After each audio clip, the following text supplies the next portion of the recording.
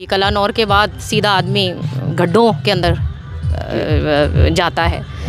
एक उम्मीदवार अनिरुद्ध चौधरी भी, और कैसे क्या सिचुएशन रहेगी अगर वो उम्मीदवार आते हैं? क्योंकि बाडड़ा में उनको पता है कि लोगों ने जवाब दे दिया है, तो सोचते हैं कि तो शाम में उनको जगह मिलेगी। ऊपर भी सरकार भाजपा बना चुकी है लोगों की कृपा से, और नीचे भी भाजपा की बनेगी, तब जाके काम बनेंगे। तो पार्टी बदलने से कार्यकर्ता कितने खुश हैं या नाराजगी है थोड़ी?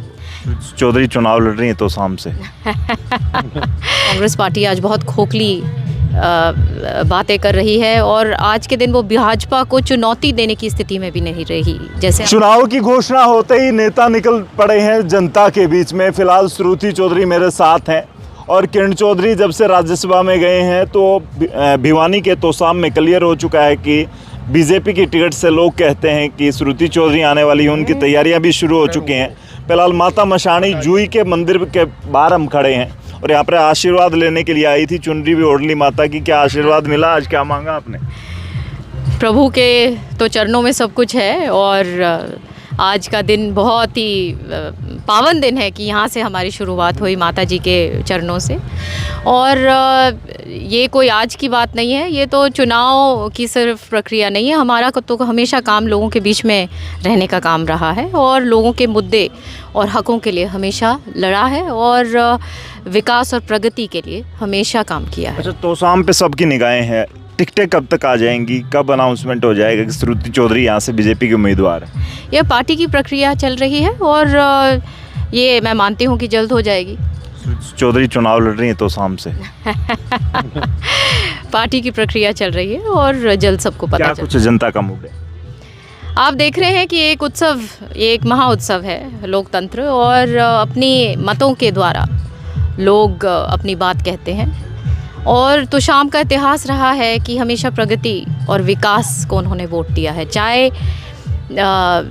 कोई भी बड़ी बड़ी बातें कर ले, कांग्रेस पार्टी आज बहुत खोखली बातें कर रही है, और आज के दिन वो भाजपा को चुनौती देने की स्थिति में भी नहीं रही। जैसे आप देख रहे हैं कि तीसरी बार लगातार सेंटर में भी बीजेपी को चुना गया है माननीय प्रधानमंत्री जी के नेतृत्व में, और उसी तरीके से स्टेट लेवल पर भी बहुत मजबूती मिल रही है, क्योंकि हर वर्ग के लिए काम किया है। और हाल ही में किसानों के लिए बहुत सारी चाहे एमएसपी की बात हो, चाहे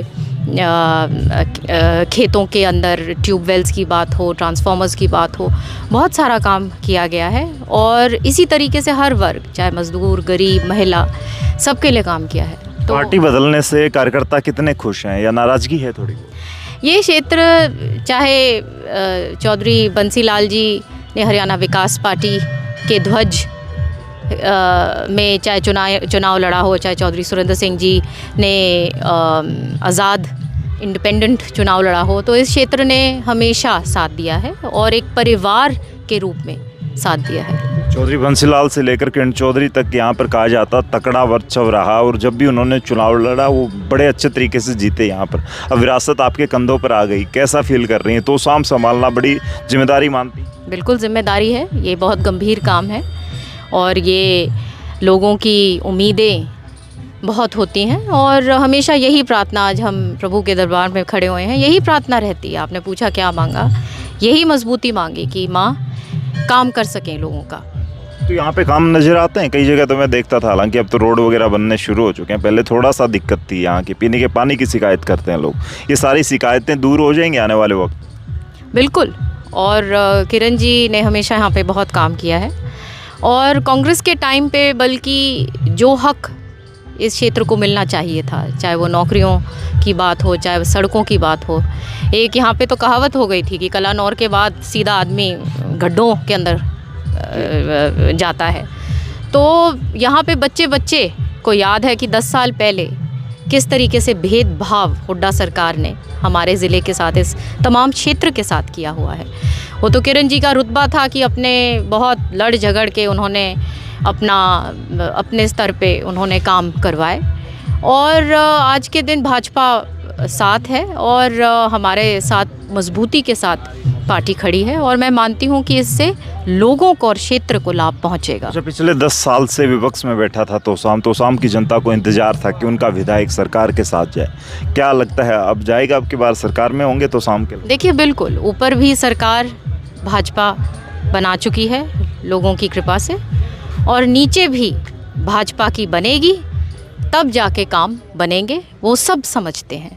तो सबके सब जानते हैं और मजबूती के साथ भाजपा के साथ खड़े हैं। किरण चौधरी जी ने पार्टी छोड़ी तब हुड्डा पर आरोप लगाया था कि उन्होंने 5 से 10 लोगों पर थपकी लगा रखी है उम्मीदवारी के लिए, उन्होंने दावा ठोक रखा है, ऐसे लोग तैयार कर दिए हैं, ये कांग्रेस के लिए घातक सिद्ध होंगे।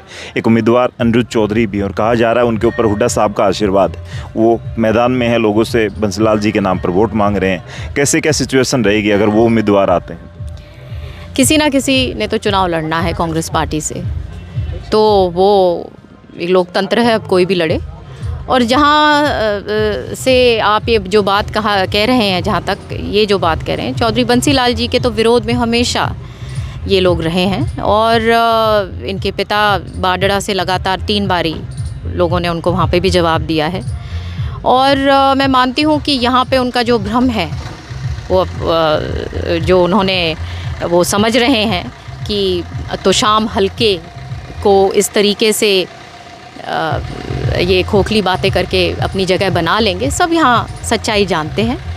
और लोग यहाँ पे प्रगति और विकास और सच्चाई की राजनीति के साथ हमेशा खड़े रहे हैं। विरासत जब आप चौधरी बंसीलाल जी की कहते हैं, ये कोई ताज एक के बाद एक नहीं पहन रहा, ये बहुत राजनीति एक बहुत गंभीर और परिश्रम इसमें करना पड़ता है, और वो ही कर सकता है। जैसे चौधरी सुरेंद्र सिंह, चौधरी बंसीलाल, किरण जी हमेशा बहुत ईमानदारी के साथ लोगों के हकों के लिए लगे रहे। अच्छा, लोग ये भी बात कहते हैं कि 3 बार बाडड़ा से चुनाव लड़ा, 3 बार की मजबूती थी, वहाँ पर ताकत थी, वो लोग यहाँ पर तोसाम में आ रहे हैं। अब तोसाम में आने की बड़ी वजह मानते हैं आपको? जब ही तो आ रहे हैं क्योंकि बाडड़ा में उनको पता है कि लोगों ने जवाब दे दिया है, तो सोचते हैं कि तोशाम में उनको जगह मिलेगी। तो ठीक है, कोई ऐसी क्या बात है, चुनाव है, लोगों को बोलने दीजिए। हमें हमारे मुंह से हर चीज़ अच्छी नहीं लगती, ये लोगों का दायित्व है, और बिल्कुल जनता बोलेगी। चलिए, फिलहाल श्रुति चौधरी का मानना है आने वाले वक्त में तोसाम से बीजेपी जीतेगी,